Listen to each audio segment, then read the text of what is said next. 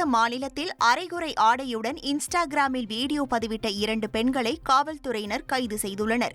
உத்தரப்பிரதேச மாநிலம் சம்பல் அருகே மேகக், பாரி என்ற 2 பெண்கள் தங்களது இன்ஸ்டாகிராம் கணக்கில் பார்வையாளர்களின் எண்ணிக்கையை உயர்த்த குறைவான ஆடை அணிந்தும் இரட்டை அர்த்தம் கொண்ட வீடியோக்களை பதிவிட்டும் வந்துள்ளனர்.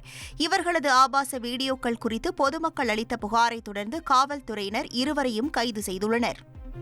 கேரள மாநிலம் எர்ணாகுளம் மாவட்டத்தில் போதைப்பொருள் பயன்படுத்திய பட்டதாரி பெண் உட்பட 4 பேரை போலீசார் கைது செய்துள்ளனர். எலம்குளம் மெட்ரோ நிலையம் அருகே அடுக்குமாடி குடியிருப்பில் வசித்து வந்த கோழிக்கோடுவை சேர்ந்த திவ்யா மற்றும் அபு ஷாமில் ஆகிய இருவரும் தனியார் நிறுவனங்களில் பணிபுரிந்து வரும் நிலையில் ஒன்றாக வசித்து வந்துள்ளனர்.